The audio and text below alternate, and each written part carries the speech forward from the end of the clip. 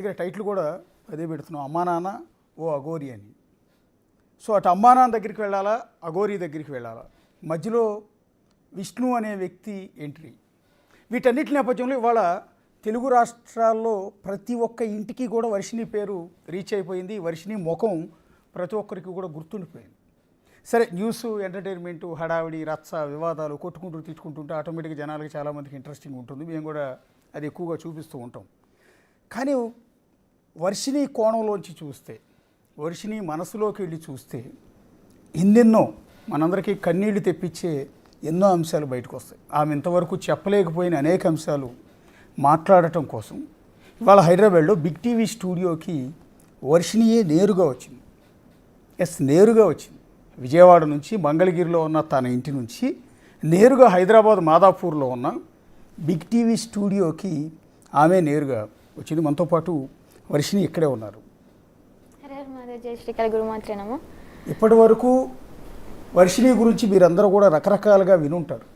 అవన్నీ కూడా ఒక కోణం. మనందరికీ తెలిసింది ఏంటంటే, వర్షిణి బీటెక్ చదువుకునే ఒక పిల్ల, చక్కటి అమ్మాయి. అఘోరితో పాటు ఎందుకు వెళ్ళిపోయింది, ఎందుకు జీవితాన్ని నాశనం చేసుకుంటోంది, ఎందుకు గుజరాత్ వరకు వెళ్ళింది, ఎందుకు విష్ణు అనే వ్యక్తి ఆమెను కొట్టి తిట్టి అక్కడి నుంచి తీసుకొచ్చాడు, ఇవి మాత్రమే మనకు తెలుసు. మనకు తెలియాల్సిన కోణం ఇంకోటి ఉంది.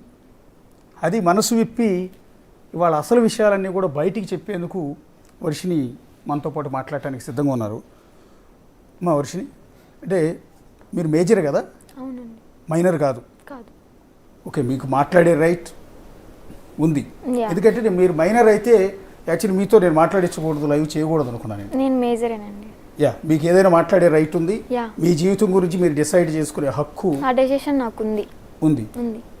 ఇవాళ బిగ్ టీవీని వెతుక్కుంటూ ఎక్కడో మంగళగిరి నుంచి హైదరాబాద్ వరకు వర్షిణి ఎందుకు రావాల్సి వచ్చింది అని అడిగితే, నేను ఓపెన్ అప్ అవ్వాలని చెప్పి ఇంకా ఫైనల్గా ఈ అఘోరి శ్రీవర్షిణి అని ఏదైతే స్టోరీ నడుస్తుందో దానికి ఎండ్ కార్డ్ ఇవ్వాలి, ఫైనల్గా అన్నీ కరెక్ట్గా చెప్పాలి, నిజం చెప్పడానికి వచ్చాను.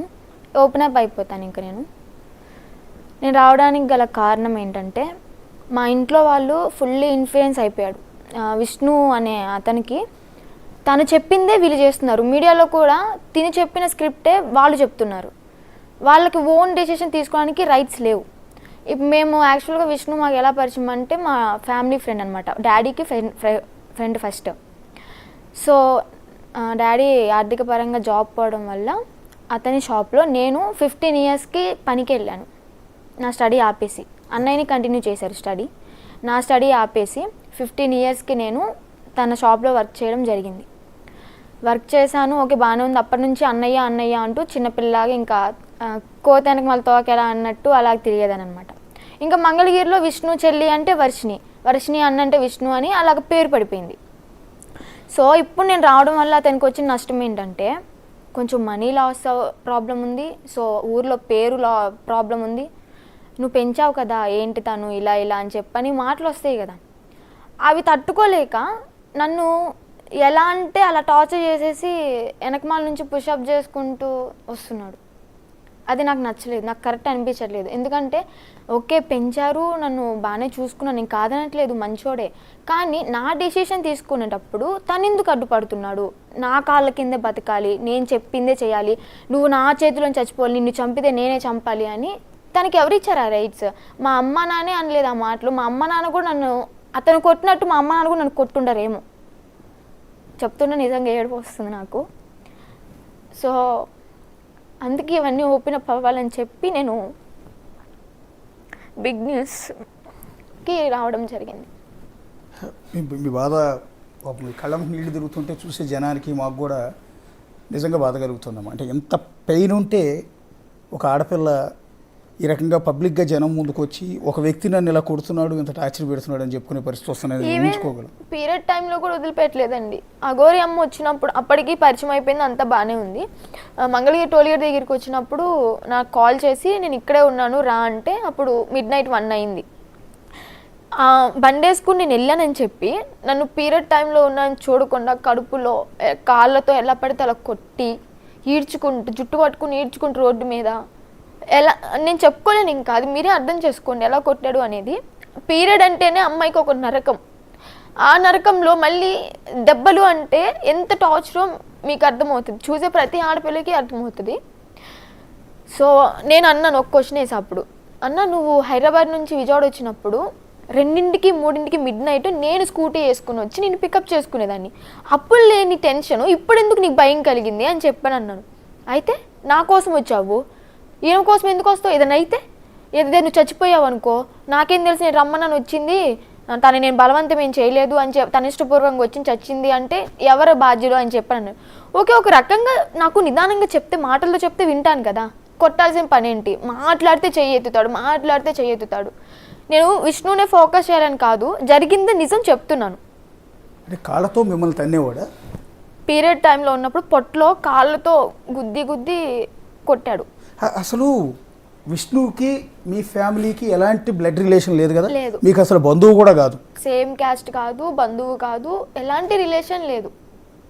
మరి మీ మీద ఏంటి రైట్? నాకు అది ఒక పెళ్ళిడికి వచ్చిన ఒక ఆడపిల్లని, ఒక బీటెక్ చదువుతున్న ఒక ఆడపిల్లని ఇంత దుర్మార్గంగా, ఇంత కిరాతకంగా, ఇప్పుడు అదే కదా మీ మీద అసలు వాళ్ళకి హక్కులు ఏంటి? అదేమంటే నేను పెంచాను నిన్ను అని చెప్పాను, గాజు బొమ్మలాగా నేను పెంచాను అని చెప్పాను. గాజు బొమ్మలా అంటే ఒకసారి కొట్టిన తర్వాత మనసు ఇరిగిపోద్ది కదా, అదే గాజు బొమ్మలానే చూసుకోవాలి. తన ఇష్టాలు తనకి ఉంటాయి, ఇష్టాలు ఆడపిల్లన్నాక ఇష్టాలు లేకుండా ఏమి ఉండవు కదా. నా ఇష్టాన్ని తన ఇష్టంగా చూసుకున్నాడు కాబట్టి అక్కడ నాకు నచ్చలేదు, నేను ఇంకా అన్న ప్లీజ్ నన్ను వదిలేసే, నా బతుకు నేను బతుకుతాను, నేను ఆమెతో వెళ్ళిపోతాను అని చెప్పాను. అది తనకి నచ్చక కొట్టి చాలా హింసించాడు.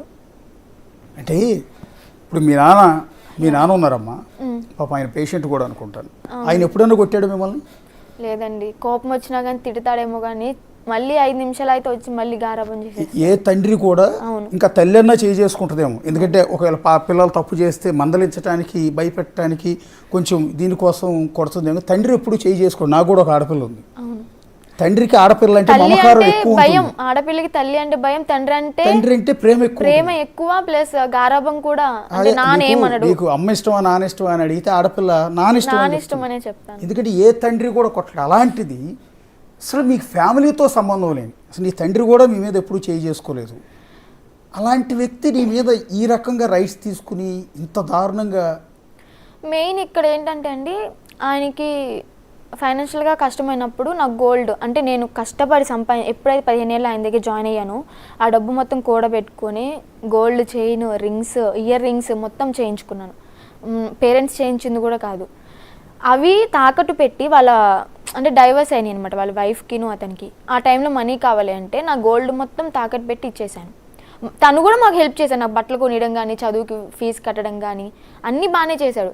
కానీ మధ్యలో ఎక్కడ ఆయనకి చెడిపోయింది అంటే, లేడీ అగోరి ఎప్పుడైతే మా ఇంటికి వచ్చిందో అప్పుడు నాతో ఒక మాట అన్నాడు, తన దగ్గర డబ్బులు తీసుకొని మన అప్పులను తీరిపోయిన తర్వాత వదిలేద్దాము అని చెప్పని. అది నాకు కరెక్ట్ అనిపించలేదు, ఎందుకంటే తను నా దగ్గర జెన్యూన్గా ఉంది, ఈ మా ఇంట్లో ఉన్నన్నాళ్ళు జెన్యూన్గా ఉంది. తను ప్రతిదీ అగోరి దగ్గర ఉన్న డబ్బులన్నీ కాజేసి పంపించేద్దాం, తర్వాత వదిలేద్దాము, మాట్లాడొద్దు మనము అని చెప్పి, టచ్లో ఉండొద్దు అని చెప్పాడు.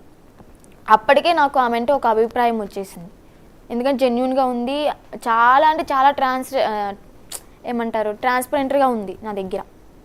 సో అందుకు నాకు ఓకే అన్నాను అతని ముందు, కానీ తర్వాత నాకు చేయాలనిపించలే, డైరెక్ట్ అఘోరమ్మకే చెప్పాను నేను. ఇప్పుడు మొన్న మీ అమ్మ నాన్న ఇద్దరితో కూడా నేను లైవ్ చేశానమ్మా, ఇదే స్టూడియో నుంచి మిమ్మల్ని మంగళగిరిలో మీ ఇంట్లో కూర్చోబెట్టి. మొదట వాళ్ళు అన్న మాట ఏంటంటే, విష్ణుని పంపించింది మేమే, మా అమ్మాయిని అవసరమైతే 2 దెబ్బలు వేసైనా సరే తీసుకురమ్మని చెప్పింది మేమే అని స్టార్టింగ్ మీ అమ్మ నాన్న అన్నారు.